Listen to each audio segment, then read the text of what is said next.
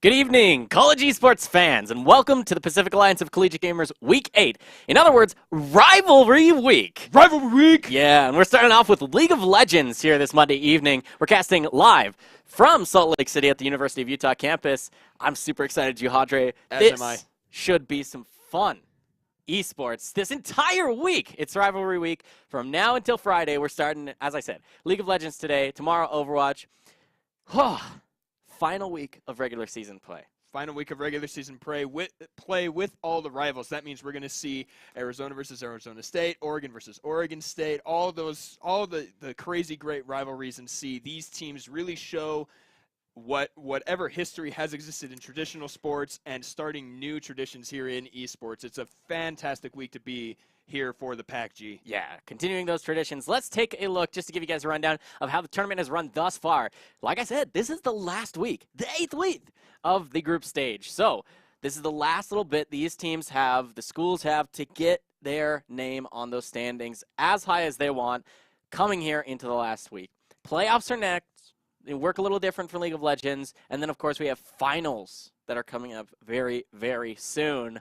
So, what's most exciting, as you said, Juhadre, we saved what seems to be the most fun for last. Maybe not the best matches, but the most fun for certain, because within the divisions themselves, then you'll see the rivalries take off. Let's take a look at those divisions, too. You can see this tonight. It's the South Division that we're putting on a show for. Those first two schools at the top of your screen on the left, South Division with Arizona and Arizona State. They're the ones we have picked for tonight. Monday night, some League of Legends action, a best of 3 between the two of them on the Rift. And of course, South Division still includes UCLA, USC, and Washington State.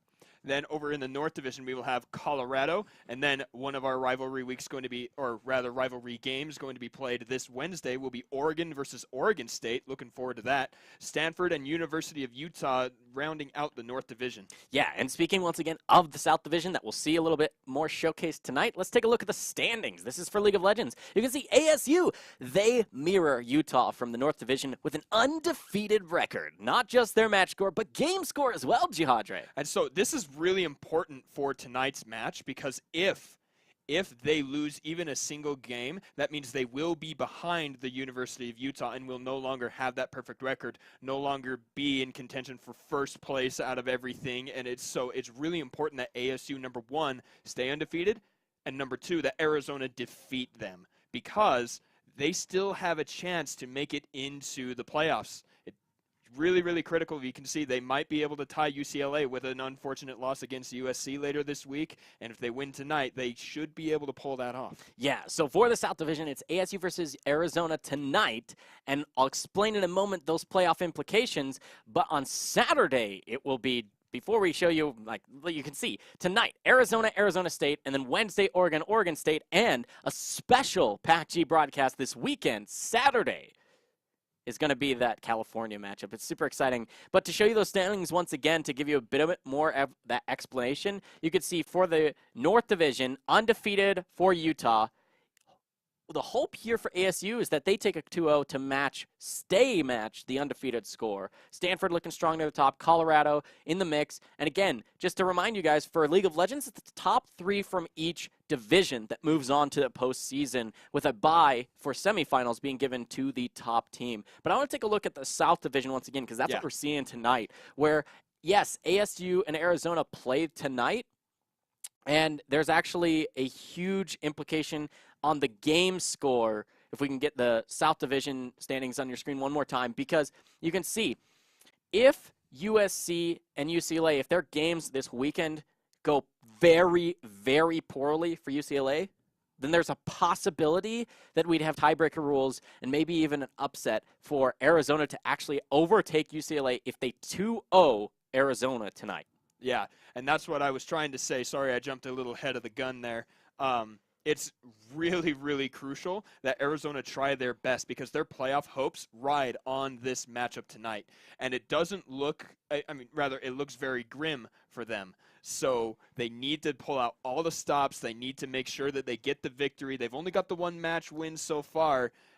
looking to make it 2 and do it quick too. The fewer games you lose, the better chance you have overtaking UCLA. Yeah, and I mean, with their game score being 3-5, that's not far below a 50% record. And if you think of your own solo queues, plenty of people sit around that 50% record just for League of Legends in general. So coming into competitive, they're not far off from winning some games tonight. Arizona State looking extremely strong coming into this evening with their undefeated score, but you know, there's the possibility. And they're hoping the 2-0 for Arizona, University of Arizona, and then they're going to be like, you know, crossing their fingers coming into the weekend when they're watching that special broadcast. All right, Superman, I want to know if I can interrupt a little bit here. Hit me with it. So tonight's matchup is actually, it's a long-term rivalry called the Duel in the Desert. That's what we're going to be watching tonight. Now, in football, they have the tradition where whichever team wins gets to take home the Territorial Cup. Now, I know that this isn't football, and I know we're not in Arizona, but I want to show everyone that we have made here our own Territorial Cup for the winner. As you can see here, this is the PACG Duel in the Desert Trophy, made by yours truly here, and you can see everyone has put in their bets on who they think is going to win. So here is the prize, pretty much for tonight between these two teams. All right. It looks really good. There's a lot riding on this. There's some chocolate in there. You can see these huge dollars. Man, there's a lot riding on this. It's not just a title. There is an intrinsic and extrinsic reward this evening. They'll probably have to buy a plane ticket to fly out to Utah. But, all right, let's look at those lineups, Jihadre. Let's look at them. Super excited. The Duel in the Desert coming your way. It's University of Arizona with Anguish 1 in the top lane, God the King in the jungle, Meteors in mid lane, with the bottom lane being ADC Win and Scatman. Then red side tonight will be manned by Arizona State. Cat on My Roof in the top lane. Hi, I'm Bako in the jungle. Luti in the mid lane with Shui and Breezy rounding out their composition on the bot side of the map. Sounds pretty good. I mean, we've already mentioned it. Arizona State University, so strong. So strong. Undefeated so far, but they've had some close matches. Arizona has been doing all right. They've been struggling from time to time, but when they show us their best foot forward, they look immaculate. And that can be seen by their game score. Look at that, 3-5. They're doing well. That means they've won a game in each of their matches, at least. So they can make the wins. They have good players. Anguished 1 and God the King setting up the plays. Meteor is doing really well on the roaming. ADC Win and Scatman have great synergy there in the bot lane. And so I really think Arizona has it in them to pull together and make themselves victorious tonight. Yeah, all right, so let's get right into it. Champion Select will be on your screen shortly for, as I said, it's the Duel in the Desert. And it's Arizona hoping to keep their game alive. The fire beneath them is going to have to be lit this evening because they're sitting just barely at the 4th place of their division, the South Division. They need to move to that 3rd place in the division if they're hoping to make quarterfinals. Now, see, I wish there were the possibility of what happened in the NALCS this past split, where there was a 4-way tie. And they had to do all of these tiebreakers in basically a mini playoff bracket. But we don't get that chance. But you got to know where you are in those standings. In Arizona, wanting to make 3rd, wanting to make playoffs. Arizona State is already there, and so there's no reason to hold back. Yeah, and so the exciting thing for ASU fans is there's no possible way for their first place bye into the semifinals to be toppled, right? So even if they get 0-2'd here by Arizona, they're still at the top of the standings, and they will still get that bye into semifinals. But Arizona, like we said, they're hoping to make it to the playoffs. The postseason rides on these games. Every single game, they have to 2-0 to even have a chance. And I think that's why they take this Talia out. We could see that as Arizona's first ban. Luti plays that one really well. A nice way to get roaming out of the game to target one of those points of power, which is the mid lane. We can see Skarner also taken off of the table, Sejuani as well. Those two junglers. Actually, I was talking with production just a little bit earlier. Skarner, Gangplank, and Sejuani are the 3 top banned at 19 games. 19 games. 19. It's massive percentage, so good to get those out of the way. Keep those winning champions out off the Rift. But speaking of winning champions, that looks like a lock-in of Caitlyn.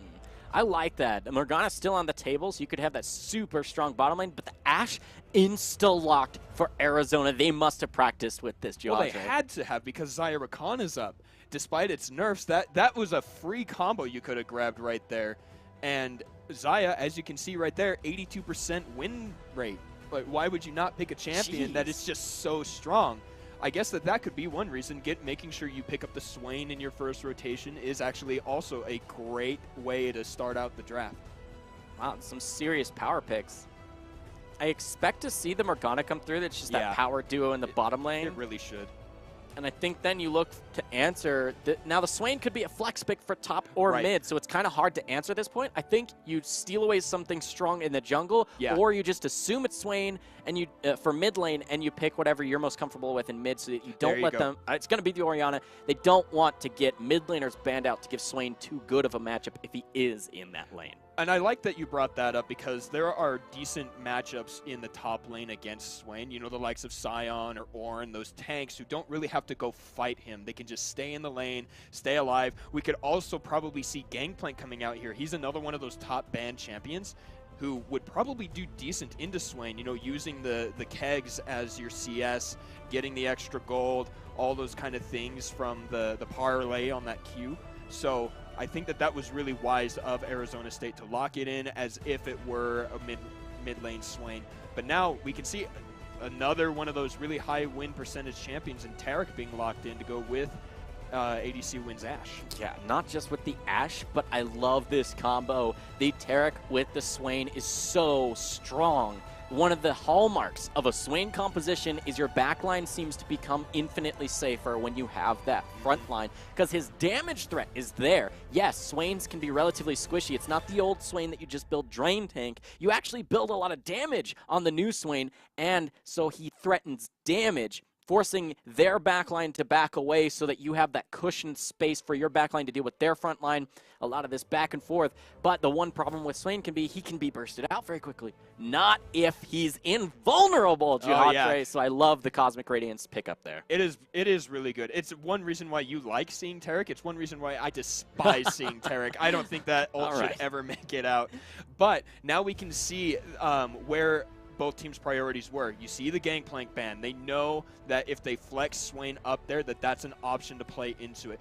And then Arizona State says, okay, well, if they do move Swain up on top, that means we do not want to fight Azir in the mid lane with the Orianna, so they ban that. And then two really strong junglers. Zac, huge engage potential, great AoE clear. Kha'Zix, we saw really good Kha'Zix play, you know, getting good invades and assassinations in there, controlling the map. Trundle, though, locked in. I like this pick because Trundle's really strong against frontline tanks.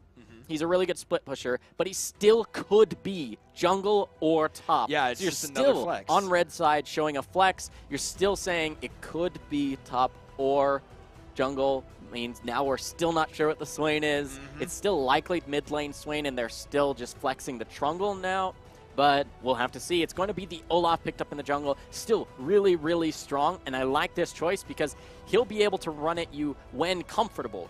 Yes, there's a lot of AoE crowd control. You know, Ashe slows, the volley does it, Trundle pillar, and the like. There's really only just the dazzle and the root that can come through otherwise for this composition. Ashe arrow is an ultimate. I'm not really going to want to count that. Yeah, so that makes sense. Olaf has a lot of options even when his ult isn't there to run through, and I like that because he gets to decide when he's going to run through your composition. So as soon as the Cosmic Radiance wears off, he can run down your backline and not have to worry about the Swain that much, as long as he's tanky enough to deal with that damage. But speaking of tanks that deal damage, the Cho'Gath free win, as I like to say. It's going to be locked in. I'm really excited. These compositions look explosive. The Fiora looking to bully out the Cho'Gath early, and the jungle Trundle can do a lot to lock down a champion like Cho'Gath. No dashes, no reposition tools, really. And so when you don't have those, the pillar is massive. In fact, the only repositioning champion on their team is Caitlyn. That's awkward because it's only one spell. and it is only one spell, and it's your 80 carry. You use that spell, what do you do if 90 Caliber Net is on cooldown and all of a sudden you see Fiora is flanking you? You're just in huge amounts of trouble. So great draft from both these teams. Jahadre, ASU looking to keep their undefeated record alive with the beautiful frontline composition. Altogether, this is just your classic League of Legends scaling composition. Yeah. Caitlyn for your backline range, more crowd control. The Black Shields can help out for anybody who needs it from that Morgana support. Mid lane, Orianna. What more classic mage can you think of in League of Legends? Anivia. Get out of here, Season 2. All right. Or Cat on their Roof and High and Bako playing those frontline tanks who can put the pressure on your tanks here if you're Arizona, because, yes, you have a lot of damage, but you can take true damage. You're maybe tanky, you may have resist, you may have health, but only so much can help you if you can get bit for 1,000 true damage later in the game. That's still mid-level damage range. 1,000 true damage is just in the middle.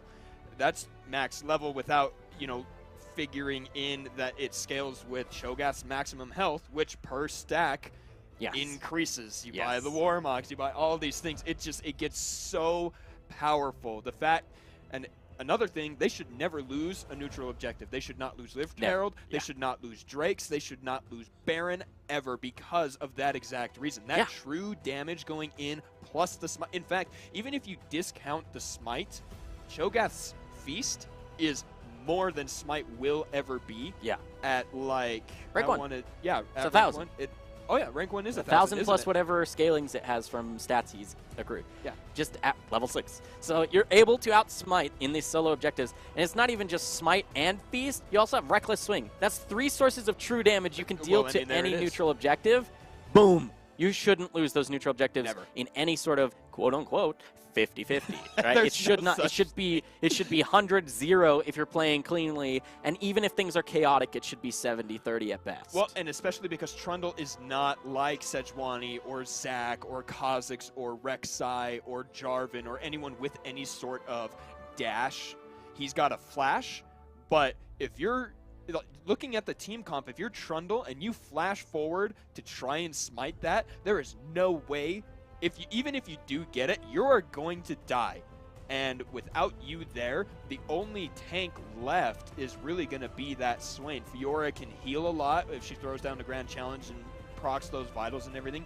But just the team fight implications without your Trundle stealing resistances, that it just makes 0 sense, and there's no way it should ever happen. Yeah. That means vision control has to be Arizona's game here so that they don't ever have to try and get that 30-70 that you were talking about. They've got to keep track of everybody or win before they become potent enough to make a difference. Yeah. Win before, what's your in before? Get me those predictions in the Twitch chat. I want to know who you think is going to take Game 1. These compositions, Jahadre, look really close to me. You could have an explosive, unstoppable Fiora split push if you're Arizona, or you can just have too massive of a front line if you're ASU with your just classic backline. They seem so strong. The engage tools seem to be lacking for ASU. They seem to be abundant for Arizona, but they seem that they might be able to get to be outscaled by ASU. I think this game will be so interesting as it develops, because neither one of these teams really have a massive early game lead. You do have a little bit of a range, barely a range. I'm not used to saying a barely range advantage really as Caitlyn, but it's only going to be a little bit there over the Ashe because she's very strong too with the range. So I don't know. I don't know how the early game will go. I think it's 100% up to these junglers. I agree. That's another reason why we saw Sejuani, Kha'Zix, Skarner, and Zac all banned, is because those are the biggest instigators of those early ganks and the early pressure. Just like you said, it's on these junglers right now, and that to me suggests that it's going to be Bako on the Olaf that's going to make the first attack. But here we go. We will see what happens as we arrive on Summoner's Rift for game number 1 of the Duel in the Desert between Arizona State and Arizona University. Oh, man, this is going to be a great battle. I've got to say, Jahadre, I have no clue how the early game will go. I do think it's 120% up to these junglers. There's nothing really that strong in either way for any of these lanes, and save perhaps the bully potential that a Fiora can put onto a tank in the top lane, but the sustain from the Cho'Gath, if he does say, all right, fine, bully me if you please, I'm going to back off and farm under my turret, he should be fine to do so. So, level 1's interesting, just looking for a little bit of information. Now there's a deep ward here for ASU. They'll know at least where the jungler isn't starting. Yeah, and it's interesting, though. They got vision of them early. They saw God the King. They didn't see Anguished One over there, so they're leaving that ward to see if that is indeed where he starts. The jungle has changed a little bit. Normally you would ward like the Raptors because you could get early level 2 and then move on. Actually, the buffs used to spawn later, so you would have to start on another camp. But now that they know that the jungle starts with these buffs and they don't see him on the red, he has to be on that blue, at least on that bottom side, because Trundle would not do well to fight the Raptors first, I don't think. Yeah, I don't think anybody should, really. Maybe a Moo. Okay, I he's can got see the that. AoE tiers and he takes reduced damage. But yeah, there's really not many at all, especially not many who are in the meta. We can see both blue buff starts for the junglers, but that means opposite sides of the map. They're kind of matched, but looks to see more of a extended clear from Olaf. Curious that if he went for Wolves, that he's going to go straight for the buff. If he goes for the Raptors, I would have been very confused why he wouldn't take the Grump as well if he's just going for very, very quick leveling. But it looks to be that double buff Trundle is already top side. Going to look for a little bit of information. A nice shallow ward. Normally wouldn't see anything by placing something right there unless he would only like just barely see Olaf walking out with double buffs too. But not going to see him. Olaf and Trundle kind of just doing those mirrored jungle routes, right? Looking to clear as much as they can, get as much of that golden experience in the first little rotations through the jungle, but kind of mitigating it because neither one of them is doing the massive full clear. But this could be a nice invade from Olaf if he can steal away Gromp. If he can, that's going to be really good for them in terms of dragon pressure. And now, here we go. Just like you were talking about, the bully potential of Anguished One here against Cat on Thy Roof is huge in the early levels. But Cat on Thy Roof, that passive going to give him a lot of regeneration as he, gets the CS underneath the turret. And that also makes me look at his inventory. What a great first item there with the Corrupting Potion. Look how much health he got back from just killing that cannon minion there. He's going to heal up pretty well, and that's why you pick Cho'Gath. He does not leave the lane. It's so good. Yeah, it looks to see that Olaf has a little bit extra pressure from the jungle because he was able to steal away that camp and pressure, with the vision at least, this Trundle. You can see Trundle forced to recall. Nice pull in the mid lane. Luti, though, seems to have a little bit of that health advantage. Resource pretty equal at this point. Neither one of them really having the pressure, both with defensive summoner spells. And then top lane, the health is even closer. Both of these champions just so close. You can see Anguished One out of consumables. Black Shield save Shui. God the King, though, gets hit with the binding. That means he's going to get hit with Ignite, and the Yordle Snap Trap almost goes down himself. Those minions are hitting him pretty hard. Will there be first blood here? God the King is still in the brush. He is seen by the ward. Scatman almost gets hit by a binding a little earlier, but that is the end of that fight on bot side. And I stand corrected. God the King makes the first move. Yeah, Breezy trying to get his Hakuho play on. They just so close with that second binding. Breezy almost catching out Scatman there. But Meteor, speaking of getting caught, he might actually just fall. There's a level up for a little bit extra health, but heal available isn't going to save you from a full-on combo if Ares there too. And Luti just barely used both potions. That's something we need to understand here. He just now used both potions, whereas Meteors has been out those consumables for quite a bit, right? Yeah, wow. Already is what I was needing to say. Look at that true damage there, just proccing that vital and healing like it's nothing. Ah, man, Fiora, what a champ. Yeah, unfortunately, not quite proccing the next set of vitals. Got some lucky ones in a row, but then going in doesn't actually proc that next set, and it takes a little bit of damage for it. And unlike the Cho'Gath, not quite the same amount of regeneration in lane. No, not at all. And teleport has already been used. That means Anguished One is going to have to walk all the way back.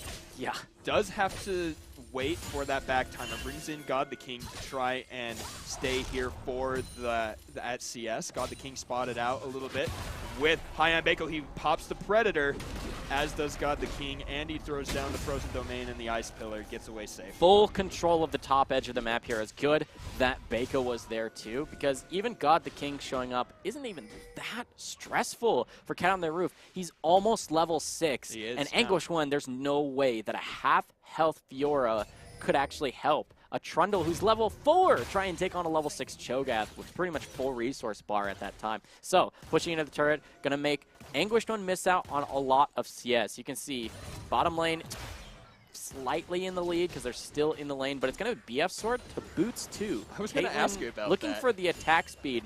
I think that's just looking to get in the extra headshots, saying as long as I can combo my traps correctly with my Morgana, that's where the extra flat damage will come through. Okay, I just need to keep the auto attacks flowing. I can see that. That's actually really smart. Speaking of smart and good here, Meteor's not able to land anything on Luti as he's routing every single skill shot that he is throwing out on that Swain. Looking really good there in the mid lane for ASU. I mean, Luti's been pushing in. He's had consumable advantage, he has CS advantage, pressure advantage, everything. And there we go. There's the trap. He gets hit with the headshot, just like you were saying. That's really intense. Another thing that attack speed does for you is it allows you to pressure the turrets even better. When you're finally at the turret, you can hit it over and over and over again, get more of those headshot procs. Works really well for Caitlyn or any other long-range siege champions. It's doing really, really well. So taking stock of the map once again, the junglers, we said that they kind of have to dictate the early game. Neither one of them have really done anything. They spotted each other out here and there, but really it's just been a few camp steals from Bako. He's getting a little bit more of that CS and level advantage for himself. But other than that, it's been really quiet here on Summoner's Rift. But top lane, we actually have a fight. It's actually really close between these two guys. Look at that, 300 health each. Oh, he got the Grand Challenge with the bite! And the final attack with the Void Spikes gets Cat on thy Roof. First blood, so close by the Anguished One. 20 health or so. Oh, Let's my get a goodness. replay of exactly how that happened, because it was so close. The Grand Challenge didn't quite proc soon enough to give that healing to the top laner. Oh man, gosh. Anguished One has got to feel really bad that the true damage didn't quite come through for him.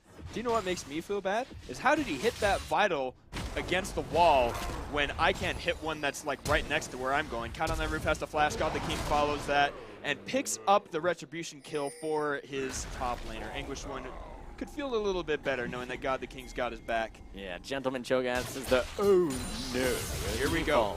So, the true damage procced already from Conqueror. Anguished One dot. Oh, that's what happened. Gets the stun from the riposte. Walks over to get yet another Vital proc.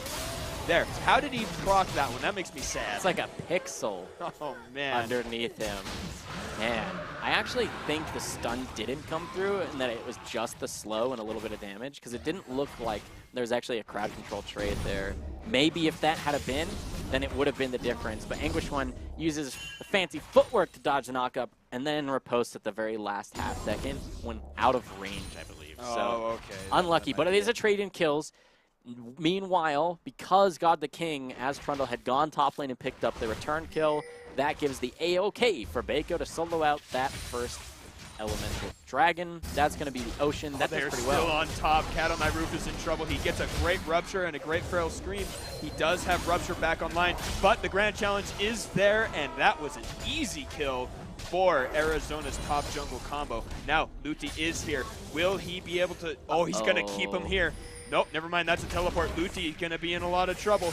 Bot lane is here. That's a nice shockwave. Anguished One is caught for a little bit. Flash forward from Breezy to make sure the stun lands. Meteors is underneath the turret. He's tanking. Breezy gets another one. That's a double kill for Shui. Shui following there. Meteors gets killed. Breezy gets the third. And Arizona State turn around the top lane fight like it was nothing. Breezy, the god tier support plays here. I said he was channeling his inner Hakuho. Man, this guy MVP with this play gets the Chains of the Corruption to start off.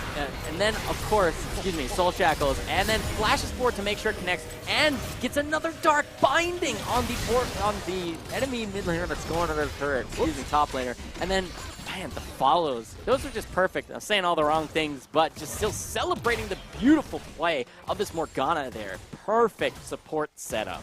It was amazing to see that. And not only the play, but the setup from Luti. Cat on that roof does go down, and not too bad. You know, got him away from the turret, saved as much as he could. Luti walks in and doesn't just start a fight, starts the winning fight. Gets the nice shockwave. Again, persuades them away from the turret. Does exactly the right thing. Sees Shui and Breeze. They're like, hey, we're on our way, You know, you could probably see the pings, the right side smart pings saying, we're coming up. We're going to win that fight. Yeah, it was already the first brick that fell from the attack speed Caitlyn. That means the duo is able to be the first to roam top lane. And off that play, they get a nice turnaround on those kills. It was a great idea from Arizona to actually play towards the flashless Cho'Gath. They do get the kill, but because of that extra time and all the resources spent up there, they get caught. They get the teleport to come through because they think they're fine, but the Caitlyn's there, and they already used all of their resources. Baco, once again, going to pick up that solo neutral objective. Really smart for his team, trying to make sure that their advantages make as much work for them as possible. But once again, the dive onto the flashless Cho'Gath. Here it is. The grand challenge goes down. That's a nice silence into the rupture. Anguish One does block a little bit of damage. Almost goes down to the turret. Cat on the roof makes the plays and survives the engage. Wow. You know what? The riposte came a little early, and then the silence from the Feral Scream says, no way you're going to stun me under the turret. And Cat on the roof, man. Look at this guy playing. Just doing great stuff here for Arizona State. But here it is. What is the this? rupture. Cat on the roof gets yet another kill. Gets hit points back as well because of his keystone. And then suddenly Anguish One is there fighting him underneath the turret. This could be a dive on a Here mid we go. lane. Breezy combos perfectly with Luti and High Baco. Shui picks up yet another kill. Now 3-0 on the Caitlyn. They are just running over these outer turrets here. Arizona State looking pretty strong here, Superman. Jeez, the rotations from both these teams have been pretty smart. You see, ASU's tempo was slightly faster than Arizona. Arizona, they've been focusing down onto Cho'Gath, but as soon as they turn their other way, Cho'Gath seems to just be able to bully out whoever's left. Getting that kill onto God the King was really good. Dodging out the Enchanted Crystal Arrow. Anguish One does manage to pick up Luti, and the ulted Olaf has to run away because God the King is there. Cat on that roof trying to help get Baco out. It does work. The riposte goes down from Anguish One, but now that's a blue buff on the Fiora. Yeah, but this almost looks like deja vu, Juhadre. Look at the minimap. You can see bot lane showing up to show up against that 3v1 dive onto Cat on the roof. 3 members here. 4 members on the back edge. Ashe is a little bit far behind, but she already used that ultimate. There's the dive. Cosmic Radiance is going to have to do work here. There it goes down. Everyone is invulnerable here. Anguish One goes in onto Baco with the grand challenge. Is going to stop a little bit of damage. Almost makes it. But Baco manages to pick up that one. God the King is super low. Cat on the roof gets a nice Feral Scream. Scatman taking a ton of damage from Shui. Meteors doesn't even ult. He doesn't activate anything. He just wants to get the turret. Shui jumps forward with the 90 caliber net. Piltover Peacemaker not quite enough. Once he gets vision, he might be able to throw down the ace in the hole, but there is no way. You know, despite losing the turret and did they even die? Did anybody die underneath that turret? Anguished One died, but nobody for ASU actually fell. Yeah, congratulations to ASU. Let's look at this again. The Cosmic Radiance does look really good. Anguished One just goes so far in. Baco barely surviving. And then, you know what? Arizona loses 2. And that's it. They take the turret, lose 2. No advantage at all. It's just kind of awkward there to have Swain teleport in, immediately aggro someone to get that turret on him. Doesn't have an hourglass to mitigate that. And doesn't use the ult, as you said. Just no actual fight in it. Just essentially showing up to die. So just a full-on mistake there from Meteors. Maybe some miscommunication, but it looks to be another elemental picked up here for ASU. Oh my goodness, that was so close. That was close. Vision of the Empire almost steals away the Mountain Drake, but that's going to be 2 elementals going in favor of ASU. 8-4 in kills, 3-1 in turrets. Juhadre, they're up 5K almost. And Cat on the Roof, the one who's been focused down from Arizona, has his 4th stack from Feast already, only 15.5 minutes in, even with all that pressure. And that's why you pick Cho'Gath. That's why you call him a free win, is because he will get tanky. He will be able to do his job no matter what his laning phase is. He's a lot like Gangplank in that way, just being a tank and a frontliner as opposed to a carry in the back. You can't stop that champion from getting to the point where he's powerful. Yeah, you have to end the game super fast, and it's really hard to do that if you have any non-early game champions, and some of them are here for Arizona. You have pressure still with the Cosmic Radiance, no matter how far behind you are. If you can't take damage, you can't take damage. So I think Arizona just has to play around that. It's coming off cooldown in just a moment here. The ultimate from Tark is what we're talking about. They have to play around this spell. If Arizona is hoping to win any fights against ASU, Tark has to be there, has to set it up for point. So Meteors does get close. He is healing up a lot, but Bako throws one more undertow and gets the kill. Shui got stunned. Oh my god, the King gets hit with Breezy! Holy! One more. Shui on a rampage now. This Caitlyn is terrifying. Red buff throws a trap in my favorite spot, just out of vision. Looked like Cat on my roof and Anguish One are fighting yet again. Anguish One going underneath the turret, gets the healing from the Grand Challenge. Silence, turret aggro. What else can he do? Cat on my roof just bit him for 1,300 plus. Yeah, holy cow! With that tower hit coming in at the same exact time, Feast does work. Too much damage for this squishy Fiora to deal with. There's going to be another inner turret following. That's going to balloon that gold lead. Now 5-1 in those structures. Jeez, 8,000 gold separates these teams only 17.5 minutes in. It's been the last 5 minutes, Juhadre, that has just exploded this game for ASU. Arizona seemed to be holding just fine, putting the pressure in top lane until that hiccup, the failed counter dive, if you will, where the two members that had dove onto Cat on their roof kind of get caught out with the Orianna rotating up, and then it looks to be a 1v3 for the Orianna, but then bot lane shows up to answer that. Shui and Breezy have just been showing up everywhere they've been needed, and especially, I should be saying, Hakuo has been trying to channel his inner Breezy, because Breezy has been putting on a clinic on how to land Dark Bindings, how to play that support Morgana. We've seen support Morgana just fall flat from time to time, John. Yes, we have. You don't land those bindings, the Black Shields are late, they're basically a useless auto-attacking ranged champion. What are you good for? Maybe stacking a little bit of gold with Torrent Soil? That doesn't do anything for your team. You know what does do something for your team, though, Juhadre? What is Breezy. That? Breezy with the dark bindings. You know, I can't imagine how easy it must be for Shui to just play that clean Caitlyn that we're seeing. When Breezy just says, let me lock him down for you. Let me give you a breather. All I need you to do is right-click, buddy. Yep. Maybe put a few trap downs. Hit that W every so often. I'm going to land the Qs. They're going to stand in place, take a vacation to Hawaii. That's how much time they're going to have because I keep them in place for so long. Breezy on the Morgana, man. This guy. He is looking really, really strong. He does have that one misplaced death, but his 7 assists speak for themselves. 1 death, all right. 7 assists, 4-0-80 carry, all right. We'll give you that 1 death there, Breezy.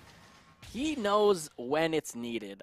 You're willing to, as a support player, you know that you're willing to sacrifice a life here and there if it nets your team a map win, right? If it translates into those turrets or neutral objectives, the Dragons, they've got both of them for them. Save the 4 kills and 1 turret. They have a perfect game thus far. It's a little far off from an actual perfect game, but look at the gold here, Juhadre. It's looking really good. Especially there on the 80 carry. It's nearly double. Speaking of, God the King is caught. He has to dodge out. He makes sure he doesn't get hit by that Dark Binding because that would be, I know it's another champion, but that would have been a death sentence had he been hit by that. Okay, Breezy misses the Dark Binding, but it means that Trundle or whoever is dodging it has to have 500 move speed to do it, because any less than that, he's hitting every single one. I want to talk about how well Anguish One actually is doing. Thinking about it, look at Cho'Gath's build here. He's got armor. He's got all the hit points coming up from the Grasp of the Undying and from the Feast. You know, he's a pretty beefy guy, and Anguish One gets so close so often. If the Fiora is technically doing what it's supposed to be doing. Is it going to get it? No. Oh, okay, that does go over to ADC Win. Wait, did it? Yeah, okay, Shui had one before because ADC Win definitely has it. But, you know, credit where credit is due. English One and the God the King are doing well. It's just not quite working because ASU has the faster macro. And speaking of macro, look at these guys already on the Baron at exactly 20 minutes. Breezy on the backside. The Cat on that Roof is there. He's going to land the Rupture and the Feral Scream. This is just going to turn into a team fight. Breezy is kiting everybody out. That's a great Cosmic Radiance landing on the 4, and it completely nullifies the Ragnarok from Baco. This looks pretty good for Arizona. They use the Cosmic Radiance to stop the aggression. That's the reset on the Baron. Scatman's super low. Ooh. He has to back completely off. Nice riposte. That's really important. They might look to start the Baron back off now that they're healthy again from their Ocean. You can see Breezy has to flash away even though the Dark Binding misses. Man, this is really close. 3K. Shockwave. They have Feast. They have there. He did it again. He flashed for no reason. He's not going to win that. Anguish One goes forward with the Grand Challenge, goes down himself. Meteors is low. ADC Win is slowed. He has to flash. That's a flash forward to get the slow from the Righteous Boy. Scatman goes down. That's a knockup and a kill onto ADC Win. And now Meteors is the only one alive for Arizona, and the Baron goes to Arizona State. Ooh.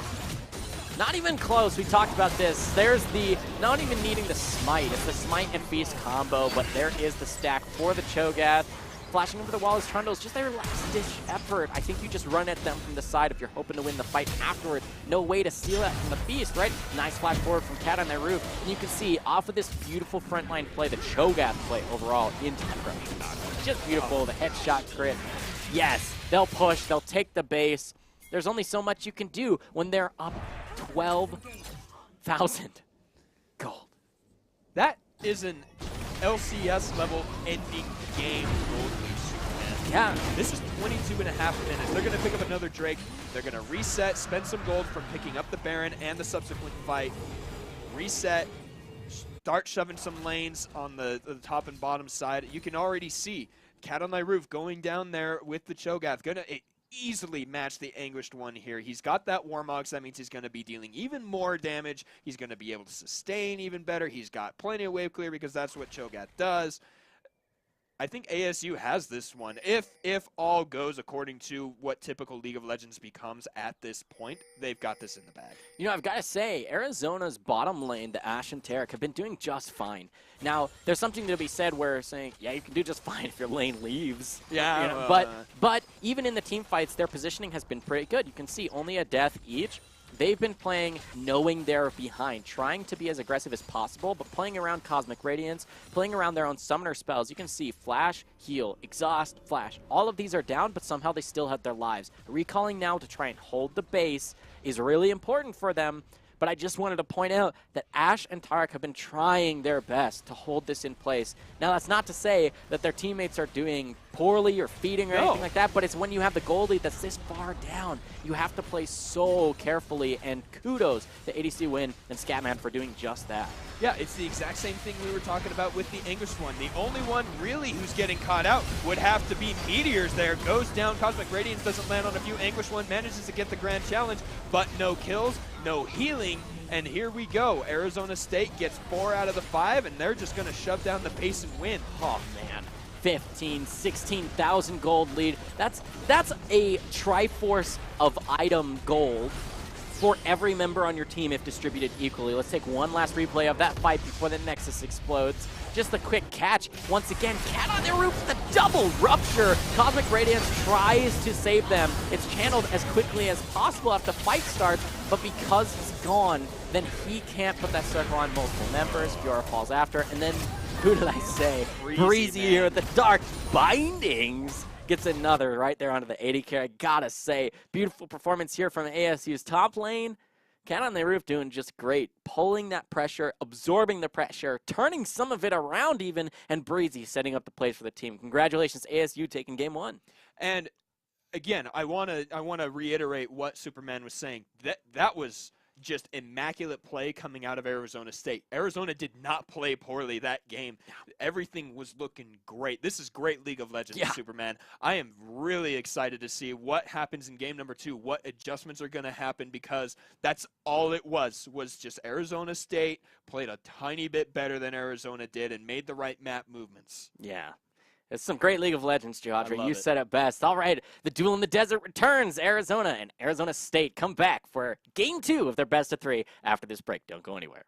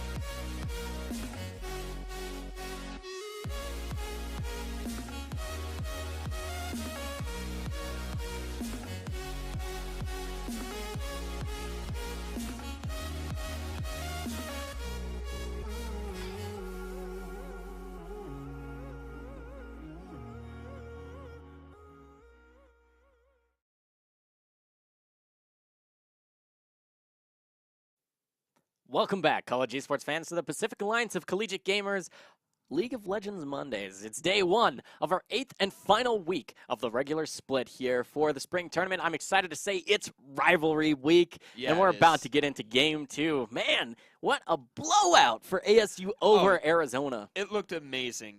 Arizona State had perfect macro play. They knew exactly where to be. They had confidence in their laners. They had the roams. They had everything in their favor. All the true damage did not lose a single objective. Everything was in their favor the entire game. Looking really good. Yeah, ending with approaching 20K gold lead. That's a blowout if I've ever seen it. So the desert. The duel in the desert returns here to Summoner's Rift. Not quite a desert, though, but let's look at those lineups. Again, this is Arizona State University against University of Arizona. The duel in the desert, indeed. You know, actually, you set up an amazing cup here, the Territorial Cup, or at least your imitation of it. Look at what we have for him. Throw that up at the camera there, Jihadre. Here into the camera. Duel in the Desert 2018 PACG edition. The bet's in there. Look at that. Yeah, it's money maker over here. Looking to see who gets to take this home. For those of you who don't know, the Duel in the Desert is the rivalry between Arizona State and Arizona, and in their football rivalry, the winners get to take home the Territorial Cup.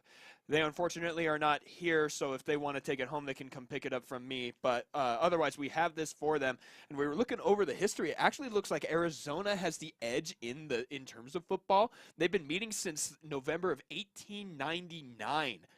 91 games of football played, with Arizona actually being the one holding the lead. Is that how long that Arizona spent in Morgana bindings from Breezy last game? I think it might be close. It was really close. 119 years. 119 years. Pretty looks close. pretty close. I want to say, speaking of those picks, let's get right into Champions Select for Game 2. You can see Arizona State University has Game 1. That's 1 point up. Unfortunately, that crushes the possible playoff dream of University of Arizona, but they're sure to put on a show nonetheless. There was, as I said, for ASU, a convincing performance. Breezy on Morgana, and then, of course, Cat on their Roof with the Cho'Gath. Those were super strong picks for them. Yeah, I expect to see those two being banned just because they're super strong. But at the same time, there are some bans you can't sacrifice. Like, I like Arizona taking out the Swain. They used it to medium effectiveness, you know, held in the lane okay, was decent in the team fights. Just, it wasn't the impactful Swain that we've seen like Huni or Febivin play. And so I think that is wise to get out of there. But there it is. There's their third ban there with the Darius along with the Skarner. So no Morgana ban. That's good news for Arizona State fans. Swain banned out by the team that played it last time. Curious to me, but I think it makes sense considering Death by Zerg has now been subbed in for Latai. I don't know how to say his name, but I think it's Luthi or Luthi or something, just pronounced weird. It's AFK right now. So okay, anyway, yeah, you're Death right. by Zerg. I'm getting focused different here. Death by Zerg, their first string player for mid lane. Really strong. We've seen him pop off on the likes of Galio, a little bit of Azir.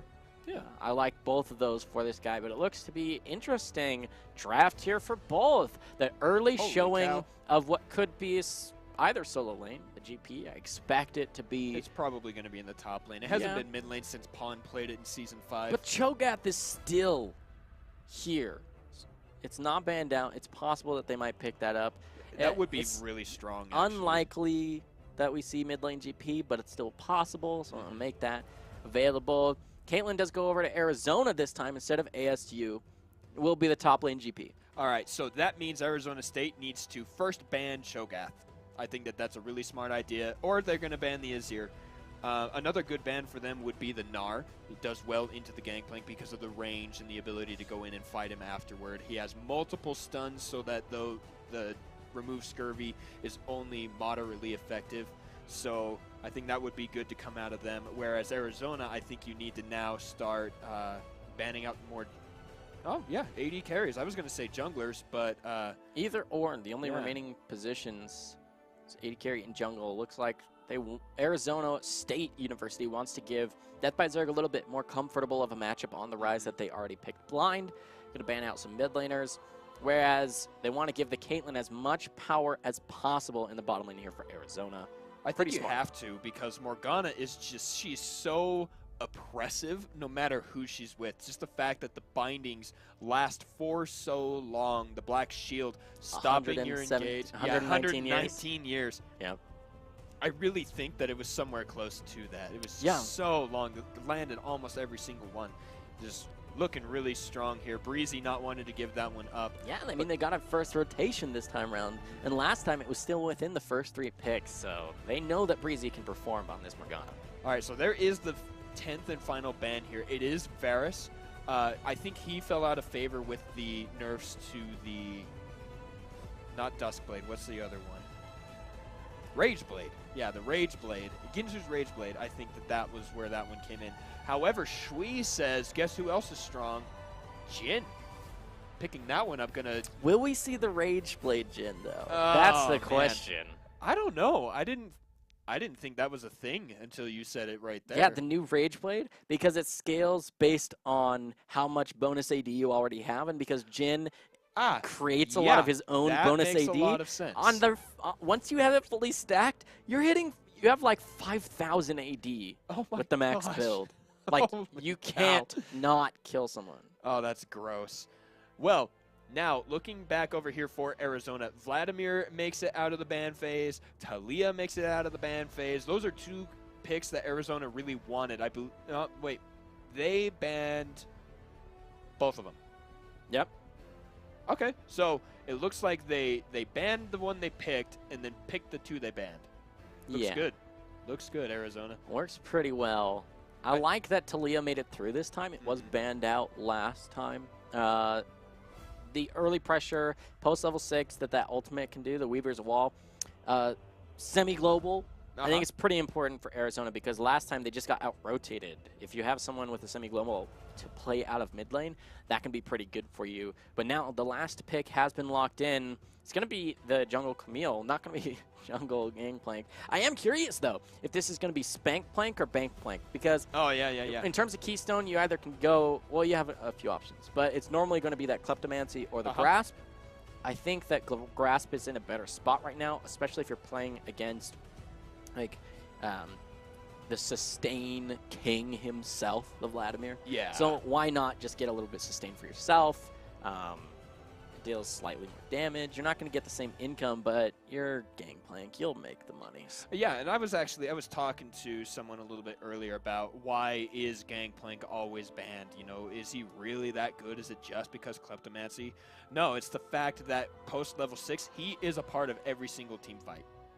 He just ults. He hits one enemy, or if he has the right upgrade on the ultimate to the raise morale from the Silver Serpents he farms, then you hit an ally and you've instantly got at least 1 assist, and you will get gold for that. You get the bonus from the parlay. They're just that he will parlay. I'm sorry. Hey, what's a pirate's favorite letter? R? No, B, but the C. Are you done? I don't think you are. Anyway, you are right. That is the top lane Gangplank with the Camille in the jungle. Actually, very effective. I introduced that to a friend of mine, and he plays a lot of jungle Camille now. Thinks really, really strong. It is really strong. The gank potential from very far away with the hook shot does really well for her. A lot of damage. And her ultimate, Hextech Ultimatum, what better spell to gank with? Even if your lane members for your team don't have gank assist, like some sort of crowd control that they can bring, you don't need them to.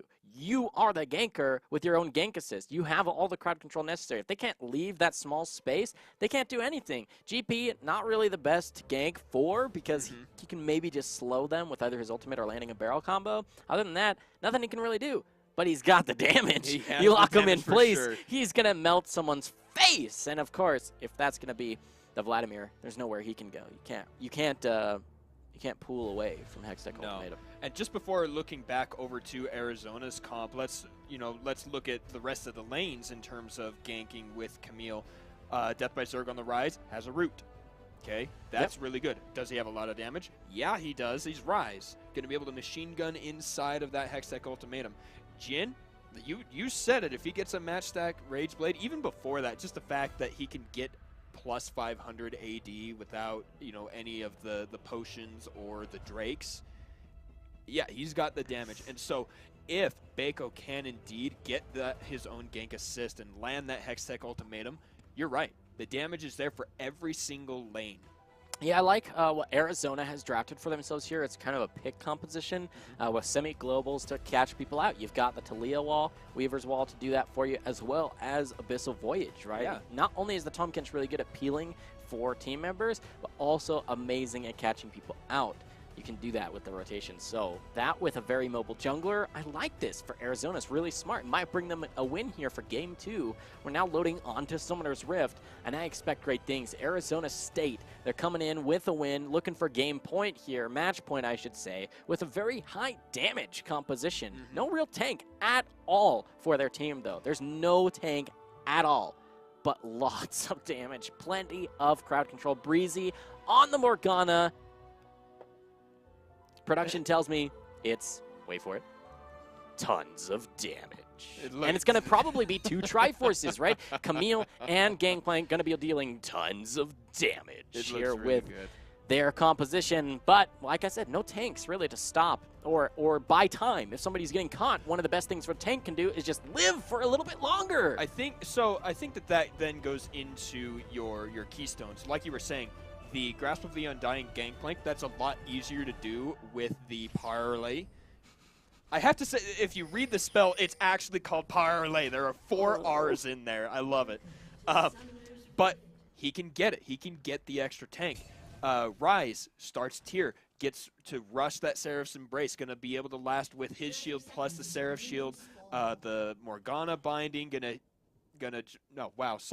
Black Shield on Shui. You build a little bit of lifesteal with 500 attack damage. You're going, and you're gonna heal a little bit. It's all gonna be more sustain as opposed to tanking the fight, and it will be a little bit easier because Talia has ways of dealing damage, but they're not nearly as consistent as the likes of Azir, as the likes of Rise, as the likes of Zoe. It's a lot harder to land those spells and a lot more conditional because of the, you needing to get the dashes or the seismic shove over the rocks on the ground to deal most of your damage. And so I don't think it's necessarily a problem that ASU doesn't have a dedicated tank, but it is interesting that you do draft that way. There it is. 3 R's. Called it. Unlucky. Or lucky, because he gets, like, bonus gold. Yeah, he does. And so that's a nice leash there for Baco. Cat on Thy Roof setting him up pretty nice. That is going to be the Kleptomancy there. Electrocute on Camille. I think that's really smart. You want to get in there, deal the hits you can, and just deal damage. So I don't know about this Lee Sin pick. He's mobile, yes, but with the removal of Tracker's Knife, there are just so many opportunities now lost in terms of Lee Sin play. You know what I mean? Yeah. It just feels bad. It does. You have less mobility overall and less vision for you to catch people out, because who better to catch people out than somebody who is more mobile than anyone else. Nice level 2 here for the bottom lane. Arizona looking to put out the brain. I mean, they looked to get the Caitlyn this early for a reason, right, Jatre? Yeah. And they're getting a little bit for it. Hopefully they can keep this pressure up, though. And they're going to have to. I think they can. There's no reload mechanic on the Caitlyn. Here we go. Meteors, though, is now hit. Baco jumps in, gets the slow from the red buff. Flash forward from Death by Zerg, dodging out the seismic shove. That is going to be flash and cleanse burn for 2 flashes and a heal. Meteor's doing pretty well there for himself, making sure Baco doesn't get that mid lane rolling. Yeah, and it seems that in terms of CS numbers, things are pretty heavily in favor of Arizona here over ASU. That looks really, really good for them. The Caitlyn working out just fine. It's a little ahead here because minions are barely crashing against Arizona. Oh boy, but here it is. Death by Zerg underneath the turret. God the King sets up Meteors. God the King going pretty low there, 100 hit points. Ooh, Jihadre, we might have ourselves a series here as Arizona gets the perfect gank off of mid lane, and that's on a flashless and cleanseless Meteors. Using the flash from God the King. Red buff, Lee Sin, gonna catch out Death by Zerg there. Was that a Death by Zerg, or was that a Death by God the King and Meteors together? Great play. I mean, if he's out of position, then I can say it's Death by Zerg. Yeah. Suicide. That would have to be then a Protoss attack there to get the Zerg. Okay. You would have to assume, just because the whole omniscience idea and well, he gets zerged down underneath his turret, and he gets taken. All right, so a really good gold lead here. It's not just the 400 from the First Blood, 600 even that comes through. There's even a little bit more from those CS numbers that are up from the solo lane up here in the top lane. It's a full wave for Anguish when he's doing great. I mean, he was already bullying Cat on the Roof in their matchup in Game 1. It was really just that Cat on the Roof had that tank, he had extra help, and even getting dove, and Cat on the Roof was able to answer some of it. Anguish always had a little bit of pressure, though. Yeah, and you know what? You may think that Gangplank and Cho'Gath are really different, but actually they're relatively similar. They are survive the lane and be effective in the fights. That's the idea behind both of those champions. And so Cat on Thy Roof is still going to be comfortable on a champion like Gangplank, where all he has to do is make sure and not die. And you can do that with Gangplank. You've got the oranges, you've got so much damage, you've got so much gold. Cat on the Roof with all the auto attack cancels there, trying to bait Anguish one. But Cat on the Roof is actually kind of in trouble here. He's probably going to have to base and teleport back to lane unless he's worried about getting killed. But back down here in the bottom lane, you can see Caitlyn kind of getting zoned out with the health. Instead of that, Bako gets a pick onto God the King. A lot of damage from Death by Zerg. Dodges out the seismic shove. Ooh, Sonic Wave almost lands onto Death by Zerg. Yeah. That was close. It was really close, and actually a lot of damage still came through from Death by Zerg. You can see 300 health. Oh, Caitlyn boy. locked. There we go. He gets eaten by the Devour from Tom Kent. He has the 4th shot ready. Shui decides to keep those spells there and not go in for it. Probably would have got the kill, but gone down himself. Good thing, too. God the King is here. Flashes are up for both Shui and Breezy. All summoner spells ready for the fight here. It looks like God the King goes in and immediately insects to that little ward he had there. Yeah, but he gets hit with the Dark Binding. Oh boy, oh boy, oh boy, that was close. That was so close. He just couldn't, he safeguarded away because ADC Win here, who's been commanding the lane for a while, finally gets low enough that he has to back way off. There's no way to follow up when you have just over 100 health. Now 200, finally 189 or so. But you got to say, if you're an AD carry with no health, if that root had landed on the Tormented Soul, it might have actually been force of the heal from out there. But now they're just going to back off. Probably going to have to miss out on this wave, though, because it's so dangerous to stay. Yeah, not just losing on the wave. Shui and Breezy are going to get all of this one. Oh, cast a curse right there. As I said, they're going to get all of it. They missed that very last minion. ADC Win taking a risk here, staying for that last wave, but you know, really crucial. You can't let that extra 6 CS just die to that turret. Yeah, and the next round are cannon waves, so it's a little bit better. I'm surprised the ASU chose to stick around because they would have had the better base timer there on a cannon wave to actually return. They just want to shove it, though, even without the mana to do it instantly. It'll give them a little bit better, just about the same base timer, I should say, where even though they miss a couple creeps, they think they have a little bit extra pressure here. I think this is a waste of time for ASU. They just need a base, get their items, spend the gold, because they can't really put any more pressure. Low mana, they're plenty healthy, but no extra vision either in the area to stay safe. And ADC Win has healed up another 100 health, totally safe underneath the turret. Unless they're looking to make a flash play, but, you know, I guess they're just hoping to get a kill under turret because heal's down. I just don't think that they can do it. No, I don't think it's worth it either. Like you said, you know, once you shove that cannon wave in, they're going to take a long time to take that one out, and then you're going to be already on your way back to base with your next wave. No reason really to sit there and poke underneath the turret, especially when, like you said, they are both relatively low on mana. And now we're going to go right back up here to the top lane. The increase in CS has gone up for the Anguish one. Got those minion dematerializers too to try and help him out. Got on my roof, again, staying relatively even, just not dying in the lane. Got to be careful here. The range means he can take out those powder kegs. But this might be the reason why they wanted to stay, because High and Bako level 6. Level 6 indeed, and just Doran's rings for these 80 carries. You can see Scatman's right here. Here we go. Oh, he jumped the wrong way, but there's a Hectech ultimatum. Shui comes in, but the frog eats up the ADC win. Flashes forward. There it is. The Deadly Flourish picking up the kill underneath the turret. Scatman is hit with the Ignite and the hook shot. And that is an easy set of kills there. Kite Knight Roof dodging out a gank from the top side as well. They did at least get the flash out of the gangplank. Death by Zerg shows up with his teleport to make the difference. Ah, man, so close. Different fights across the map. ASU gets a nice dive on bottom lane. That's what happens. You sit in lane for 10 minutes as an AD carry. Either one of them were susceptible to this. Whoever brings more members first. Arizona was doing just fine underneath the turret. This is what happened top lane.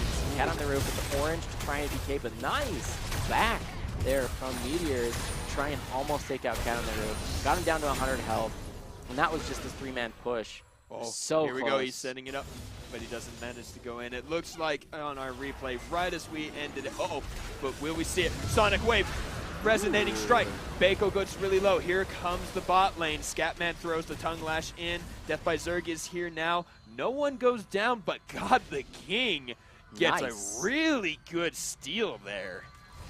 Oh, man, that was a really nice steal. The Lee Sin play from God the King looking real good.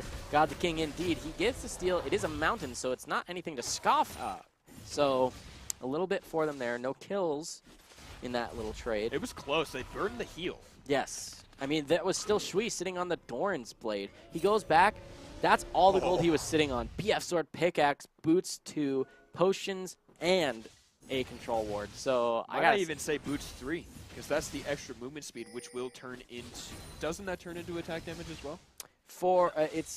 Yeah, I mean, you've got the Swifty Boots that give you the additional move speed. I like them as probably your first choice for aggressive Jhin play because of the extra move speed, because of the extra attack damage, and ends up netting him more mobility. Oh, that timing from Breezy was disgusting!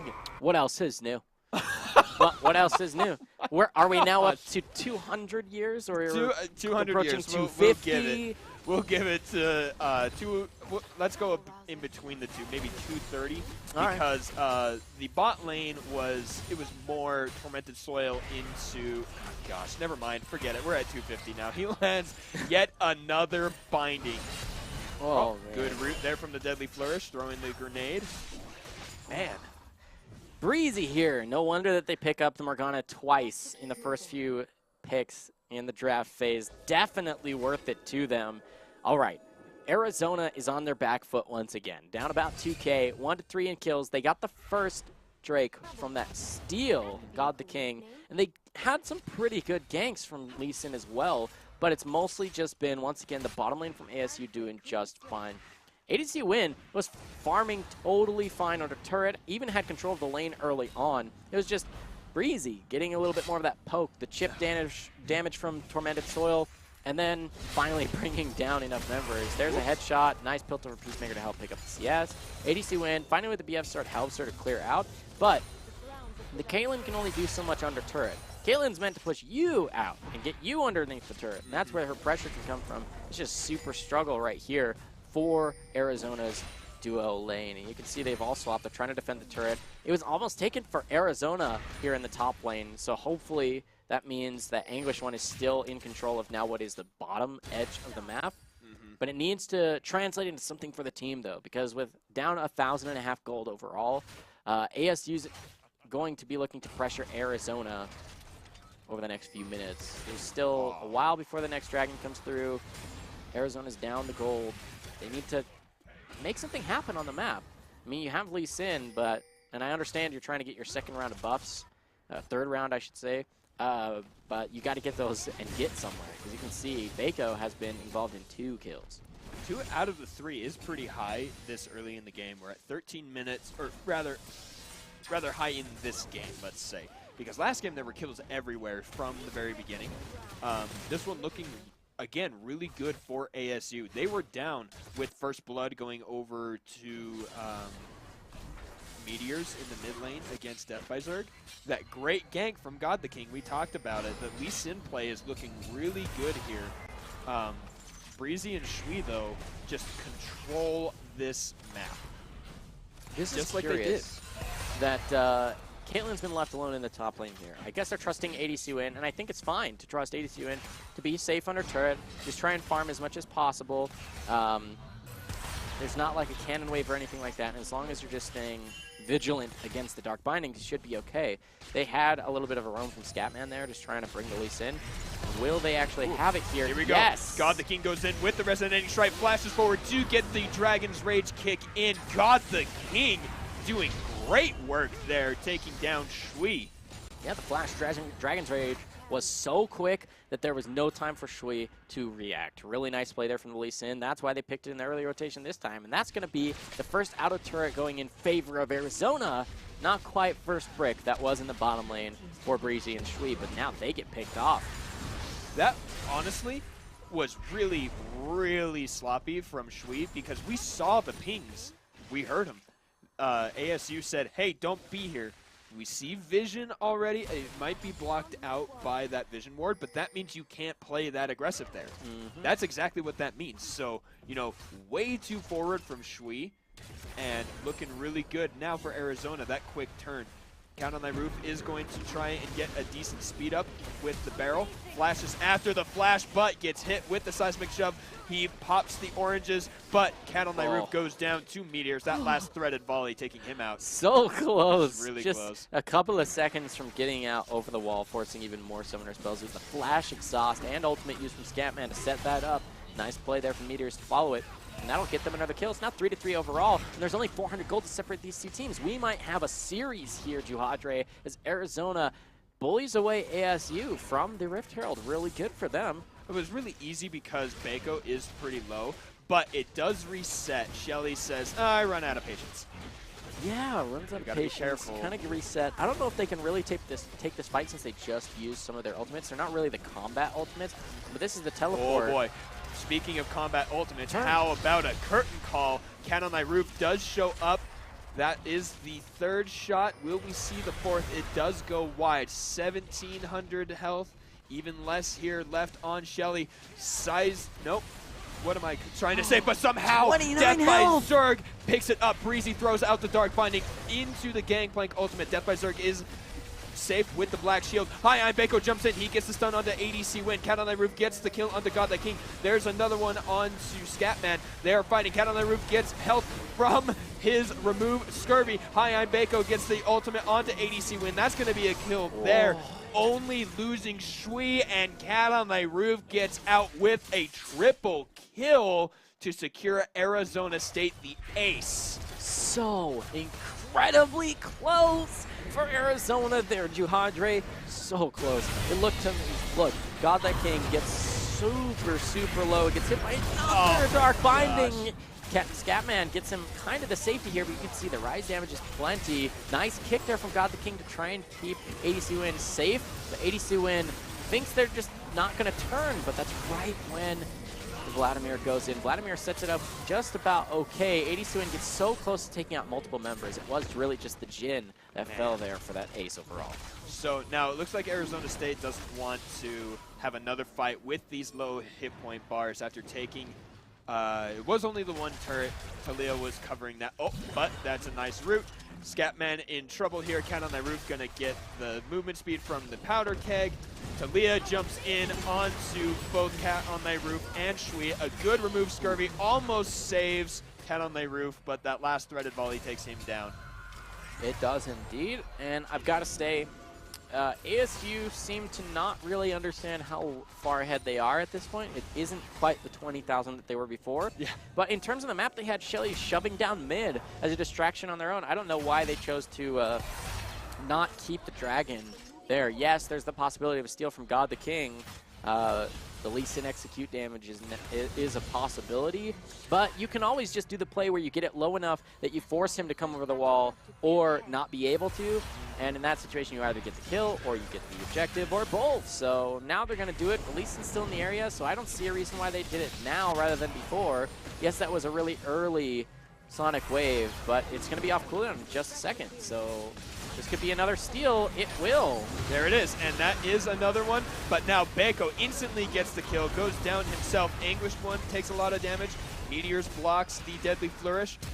Flash forward. Anguished One tries to get the Tides of Blood, gets eaten up by Scatman. Meteors is point blank and gets the killing spree with the seismic shove. What a play from Meteors! Death by Zerg trying to defend against 2 down here on the bottom. You can see that it was ADC Win getting picked off by the GP. Look at that nice steal. And then, of course, you're going to pay for it with your life. But watch the damage from Meteors here. Just so strong. Anguish One keeping the pressure on. Nice body block from Meteors so that Anguish One doesn't get rooted. The flash forward to keep them in play. Nice hold from Scatman. Gets Anguish One out. Then the knock over the wall. That was so good there from Meteors. You can see why it was banned out against him last game. And using that really situational damage that we were talking about. You need to land the seismic shove over the rocks on the ground to get the damage. Well, Shui's not moving. He's sitting there with the curtain call up. You're going to get the knockback, and that looks so clean from Meteors. Yeah, I've got to say, Shui, the curtain closes on him, and he's just going to fall.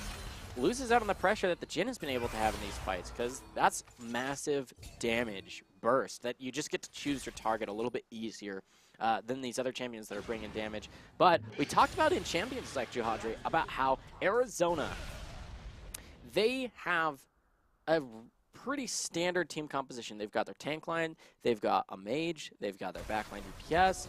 They're pretty strong overall. Just a regular team fight, pick you off composition. ASU here have the boom composition is what I'm going to call it, where if you are on their screen and fighting them, at one point your health bar can't keep up with the animation of losing health. Yeah. It just gets deleted by something. There's so many different ways. 582 fourth shot crit there, and it wasn't even the extra that will come through as soon as there's even more crit chance. You can see Infinity Edge completed, almost have that rapid fire cannon. As soon as that's done, either he goes for Age Blade third, I think you go for a little bit more of like the CDR flat AD. And normally you go for... that's a gank on the bot side. Cat on that roof picking up 1. Make that 2. What? Double kill in a 1v3? Oh my gosh. Right when we were talking about Arizona doing things right, that Arizona State's composition had a couple of flaws, we see Arizona State say, no, we don't. They can't. This is a little bit crazy. You can TP in, but you're pretty low, and you have no tank. Cat on their roof at least has oranges to try and decay. Now that he's there, there's enough damage. They're going to secure it. Engage here. Cat on their roof tries to get the movement speed with the oranges first. He gets kicked into everyone else. Does he have the flash? No. He does. He gets the Sterix pop. He gets 1. Anguished One is running in there. Scatman taking all of the turret damage. He's going to get an auto attack. Oh, wow. That wasn't even turret damage. That was just Cat on their roof in a 1v1 against the Vladimir afterwards. Because that was all the tanking of the turret by Scatman. That's just GP being massively ahead. The perfect timing that had to come through there from the Sterix gauge is what made the difference there. And the damage from Triforce is always going to be massive. Tons of damage here, Juhadre. All right. Not quite 20,000, but it is a 6,000 gold lead in favor of ASU here in Game 2. They've lost both those elementals over to God the Kings. Nice steals from the Lee Sin, but that has to translate into more map pressure. More objectives, the solo objectives, the neutral objectives have to come through here for Arizona, but they've given them all over so far. 2-1 in turrets, plus the Baron that's ticking right now for ASU. Very favorable for them to maybe take this match point. So, what's interesting is the team that picked up the Baron is the one that's missing 2 Mountain Drakes. Yeah. Oh, and he safeguards right into a Deadly Flourish. God the King not quite being aware as maybe he could. Or is that just next level from Shui, knowing that he's going to safeguard there. But Death by Zerg up on the top side does manage to pick himself up a turret. Cat on that roof split pushing here in the bottom. Throws the, oh wow, parlay to get some damage. There's the ultimate, gets 1 more parlay. He's still underneath the turret taking the damage. Cat on that roof is going to take some more from the tower. Beko shows up and says, you have to flash or you die. Yeah, good flash. The Hexic ultimatum didn't quite come through just yet. But that means the turret's totally free for them, and Meteor's doing his best to hold up here. He's kind of the only one really relevant right now for his team, but at least he's able to hold his inner Oh, turret. that was not the right place to be. God the King, you get deleted by High Bako because Breezy is there to help.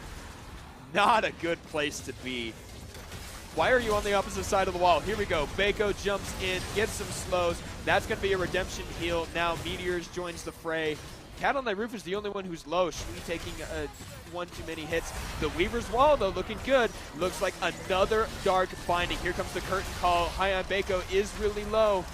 Curtain Call goes 3 and 4 shots. Scatman goes down. 600 damage. Oh my goodness.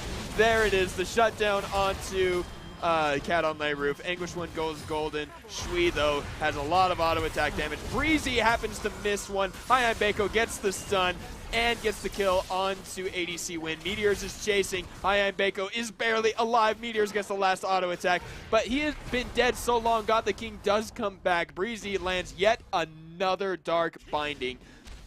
And there's the resonating strike to go in, and suddenly Shui is right there. Look at those crits. Flashes away. Deadly no blind! Shui!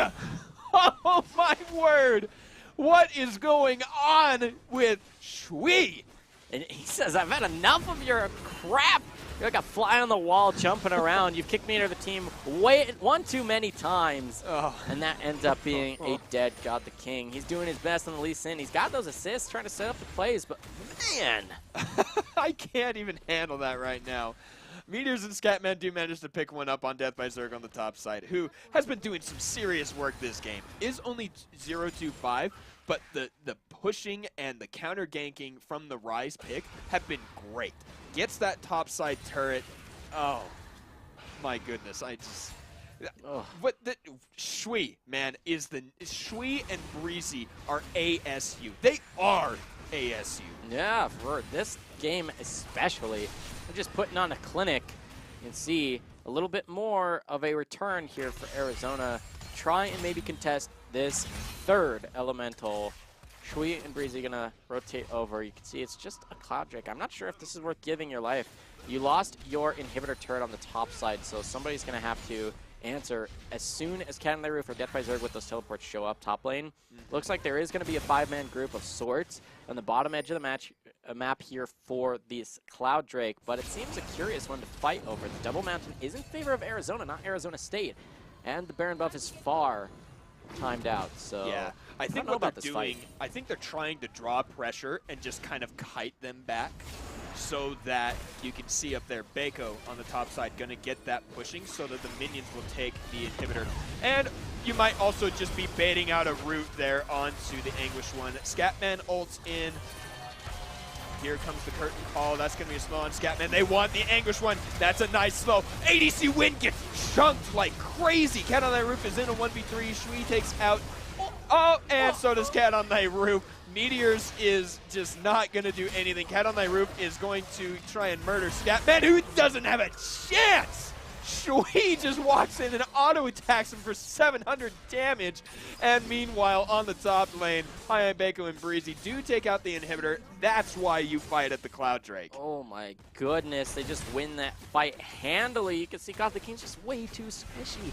And I talked about how ASU doesn't have a tank line. Well, apparently neither does Arizona. There's only so much the Scatman can do when he has to body block everything. You can't be tanky if you have to block everything. God the King trying his best to get those kicks, but you can't really do that with Black Shields. Let's see if he'll get it. He gets killed. Cat on Thy Roof is low, has to flash away. There's a stun onto the Anguish when he has to go golden. He will need to pull immediately if he wants to live. He does get rooted. He gets the pull. Anguish one gets eaten now by the Tomken. Scatman doing his best, but they're try-hit Superman. They're going to get double super minions. And now Baron is up in 30 seconds. I want to see ASU reset, reconvene on the Baron, and just destroy the rest of the game. Yeah, I mean, ADC Win still doing what he has to for his team. Being the backline carry, still putting out a lot of damage. I can see the Caitlyn has to play around so much, right? You can't get hit by Dark Binding. You can't get hit by Rune Prison. You gotta watch very closely for the barrel combos as well as the skill shots from Jhin. And on top of all of that, there's Baco who might just dive you at any moment with Red Smite. That's just so much to deal with as a Caitlyn, but somehow still putting out a little bit of damage. 303 farm here from Meteors means that he is relevant for this as well. And unfortunately, the only tank Scatman has to be warding, and luckily he's tanky enough to exist. But the Dark Binding from Breezy. It's just too much to handle. Oh. And suddenly there goes God the King. He is killed again. Shui takes him out. He's got a Guardian Angel now. Bought that. He's got the Rage Blade stacking up, shooting out the Curtain Call, gets one more shot, takes Scatman pretty low. But now, I just want to see how much AD that Jhin so has. good. Like, there's just so much that can come from the Rage Blade that as soon as it's stacking up on something like Baron or even in these fights, it's just so much AD that comes through. If you guys haven't tried it, there you go. 1,338 damage, fourth shot crit onto the Scuttle. That's not rooted. That's a lot of damage. Gosh. You can see that's actually 10 damage short of Caitlyn's entire health pool. So keep that in mind. Of course, its XP damage on the Scuttle was low, so it would be slightly less than that on the fourth shot on a full health Caitlyn, but nonetheless, it would be quite a bit to deal with and probably remove you from a fight. So, let's see. You said it, triple inhibitors. Redemption up, they heal up, they've got the Baron on the double super minions coming in here. Weaver's Wall is going to try and separate them, but it just doesn't matter. Cat on My Roof and Breezy are going to do plenty. Shui destroys the Anguished one. Soul Shackles are there, but Death by Zerg says Death by Rise. Cat on My Roof is there. That's the Realm Warp. They're just going to try. And no, it doesn't even matter. They're going to win the game. And that, ladies and gentlemen, is the end of the Duel in the Desert for the night. All right, go ahead and write it on the trophy there, Johadre. Here we go. Duel in the Desert. Congratulations to ASU. They're going to take this one pretty convincingly. Almost 20,000 game one, 15,000 or so. I believe it was closer to 16,000. ASU PACG 2018 champions here. ASU. Congratulations to them in a convincing 2-0. They were. Is this for my bet? Yeah, that's your cut, but I get the rest of this. I actually was kind of wrong. I should probably only get half of this. Okay. I said 25-minute wins or less for All ASU. Right, here. When you come in undefeated, yeah, give me a 1. Here's 50 cents. All right. I'll take it. Sounds good.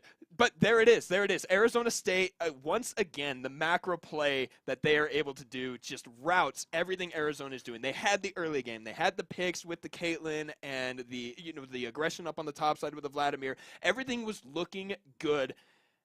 And then Shui happened. Yeah, really. Just that's the only way you can describe it. Can you say? Sometimes Shui hits the fan, sometimes Shui happens. Ended up being the latter here. Explosive damage from the Jhin, I gotta say. It was a really convincing win from ASU. The first one a little bit more convincing. They only dropped 4 deaths this time to drop 11 in a longer game. But that's pretty good showing here from ASU. They remain undefeated, match score and game score, mirroring once again. They're now sitting tippy top, first place, get a bye to the semifinals here, sitting atop the standings for the Southern Division, and over on the Northern Division, Utah mirroring just the same, undefeated game and match score. Right. I'm going to go ahead and throw out my prediction. We are close enough to the playoffs. I'm pretty sure those two are going to meet in the finals, the two completely undefeated teams. Pretty likely. Looking really good. You want to bet on it? Okay, let's see what you got there. I got a 10. You got a 10? I will bet you 10-1 odds? 10-1 odds. Utah and Arizona State in the finals. All right. There we go. I'll give you my piece of paper. There we go. All right. But moving on. Yeah, I mean, once again, this was just our Monday evening League of Legends to kick off this rivalry week. Congratulations once again to ASU taking the win over Arizona. Gotta say, pretty convincing. Yeah. Look forward to the finals Wednesday for League of Legends. Let's take a look once again at the schedule. We've got some amazing rivalry action coming up this week. For League of Legends Wednesday, it's going to be Oregon versus Oregon State. OSU going to try and get their first match win against Oregon, who hasn't been looking as convincingly dominating as ASU has. So it should be a little bit closer of a match between these two teams. Well, and especially because Oregon in week 1, we watched them go 2-0 over Colorado in what looked like the greatest throw of PACG history. But Oregon State, on the other hand, has had the chance to, take games. They've looked really good in other games, and so with Oregon rather kind of declining in their prowess, Oregon State has a really good chance to come in here and be the not undefeated team in the North Division. Yeah, definitely. I'm really excited for more League of Legends action to finish out our regular split, the spring tournament, PACG. Oh, man, it's been explosive. I've got to say, for tomorrow, you should join us. Yes. If you didn't think that this matchup went the way it should, it's ASU versus Arizona tomorrow for Overwatch. So a different title I'll be casting there as well. Ah, man, Overwatch Tuesdays, League of Legends returns for Wednesdays. Thursday is Hearthstone, Friday Rocket League, just the same. Week after week here, regular season concludes. At the end of Rivalry Week, we just got it started, though. So, gotta say, it's been fun casting. My name is Jake at SupermanCasting. You can check me out on all the social media, Twitter, Twitch, Facebook, SupermanCasting.com. Love to see you check out my content. I'm Ben Juhadre Sorensen. Hit me up. Anywhere you see Juhadre, that's me. All right, thanks again for joining us. PACG Spring Tournament returns tomorrow for some Overwatch action at 6 p.m. Pacific. That's 7 p.m. our local mountain time. We'll see you then.